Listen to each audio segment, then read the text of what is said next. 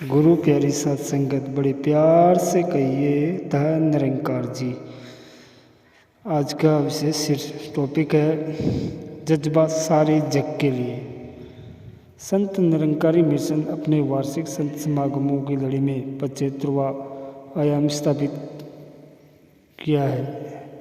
यह पावन अवसर आध्यात्मिकता का महोत्सव है जो समालगा की पवन धरा पर निरंकारी संतों भक्तों द्वारा प्लेटिनम जुबली वार्षिक संत निरंकारी समागम के रूप में उत्साह उल्लास और आनंद की भक्तिमय स्वरूप है। ये देश की स्वतंत्रता का भी 75वां वर्ष है।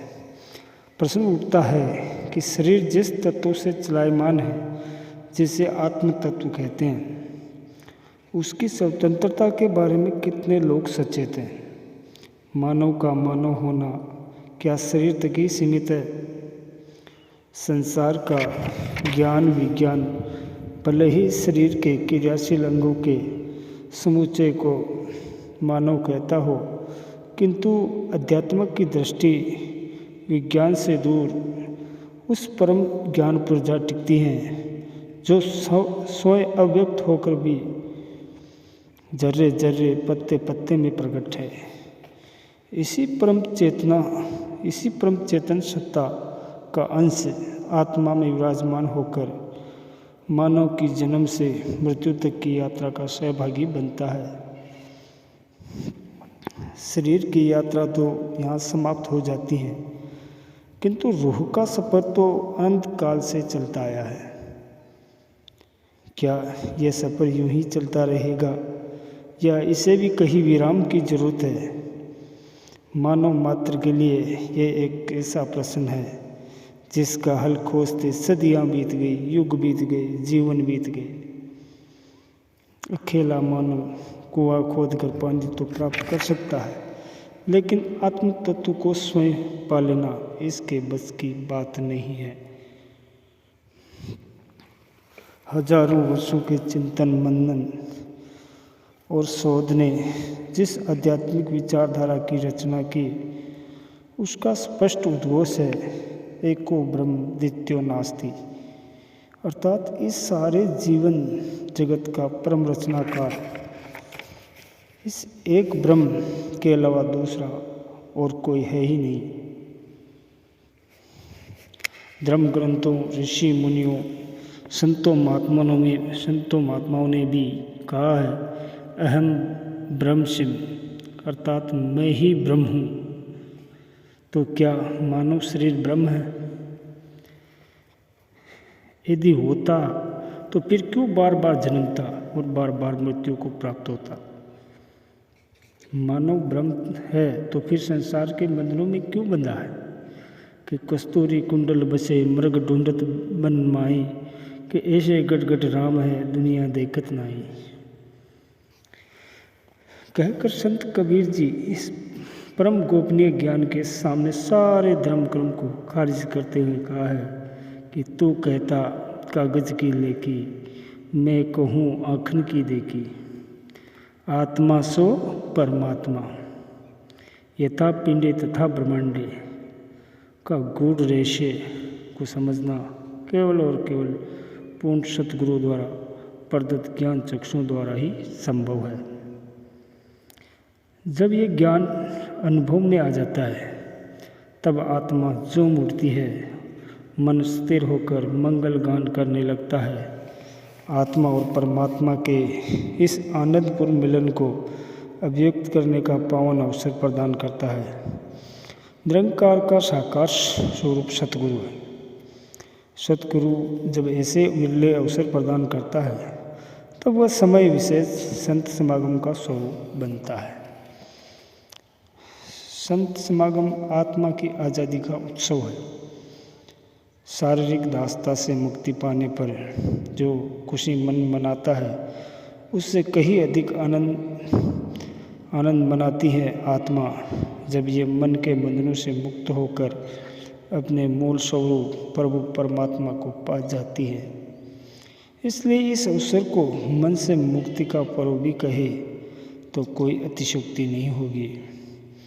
संत समागम हरि कथा तुलसी दुर्लभ होए, इस दुर्लभता को सुलभ बना रहे हैं संत निरंकारी मिशन के सतगुरु माता सुदीक्षा जी महाराज। परमानंद की घड़ियों की सुलभता की कड़ी बाबा अवतार सिंह जी से शुरू होकर बाबा गुरबचन सिंह जी, बाबा हरदेव सिंह जी, पूज्य माता सविंदर हरदेव जी तक चलती हुई आज माता सुदीक्षा जी महाराज तक आ पहुंची है।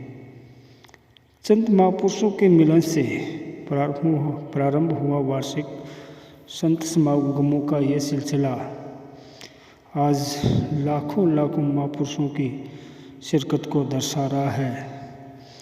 ये संख्या किसी बल प्रदर्शन की द्योतक नहीं है, बल्कि आत्मिक आनंद से जीने वाले उज्जवल निर्मल मानव स्वरूपों की पहचान है, जिन्हें देखकर कहा जा सकता है कि मानवता की राह पर चलते हुए सच्चे मानव धर्म को निभाने वाले ये सीधे सच्चे और सरल सहज इंसान है, जिन्हें अच्छे समाज और सुंदर संसार के निर्माण के लिए सतगुरु की देन कहा जा सकता है। इनकी इंसानियत में रूहानियत बसती है। यह सतगुरु बाबा हरदेव सिंह जी का यह कथन चरितार्थ हो रहा है कि इंसान की पहचान इंसानियत के बिना नहीं हो सकती और इंसानियत के अभाव में जीवन में रूहानियत का आ पाना संभव नहीं। सत्य, प्रेम, शांति, एकता, मिलवर्तन, दया, करुणा और सेवा सत्कार तथा सहनशीलता और विशालता इंसानियत के वे आभूषण हैं जिन्हें पहनकर ही इंसान असली मायने में इंसान बनता है।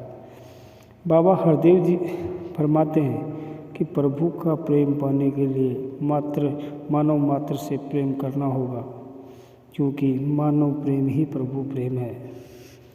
इंसानियत और रूहानियत संग का इससे सुंदर उदाहरण और क्या होगा जो आज इस विशाल संत समागम के माध्यम से प्रकट हो रहा है। यहाँ भक्त एक दूसरे के चरणों में सिर झुकाते हैं।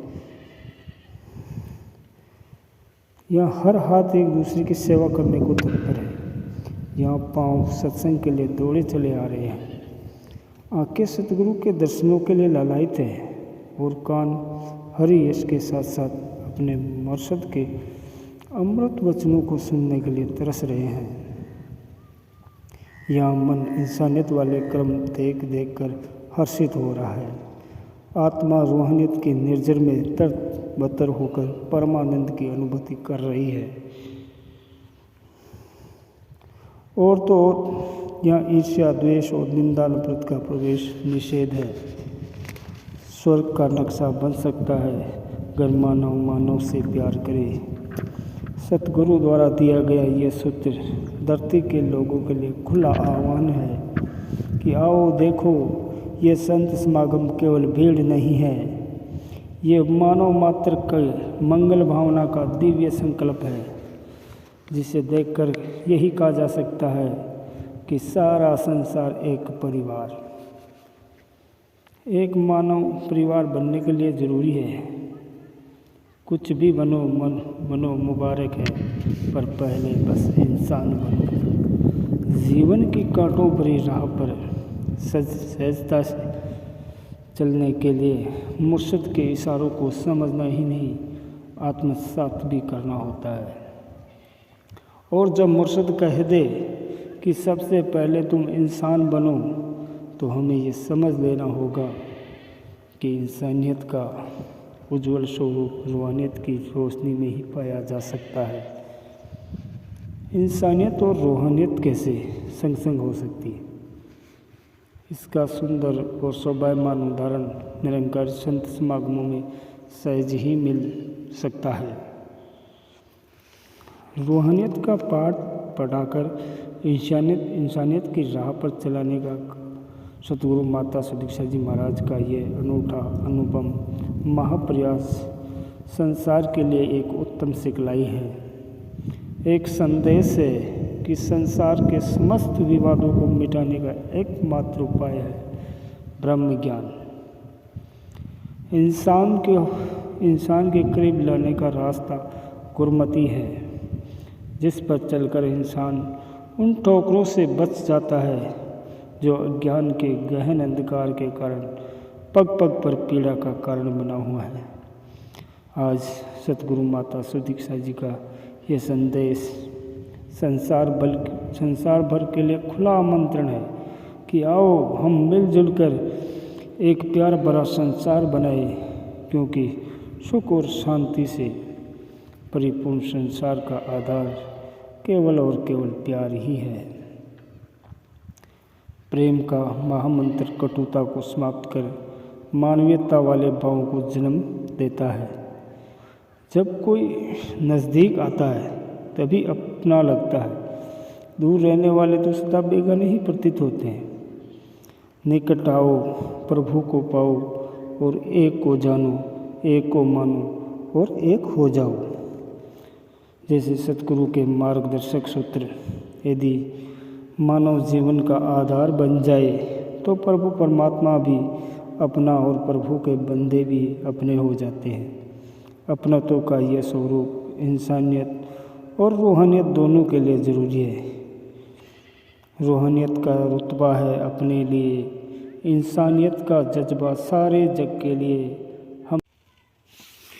हम इस संसार से अलग तो नहीं हैं कहीं, इंसानियत और रूहानियत संग संग है हर बसर के लिए। साथ संगत जी, प्यार से कहना धन निरंकार जी।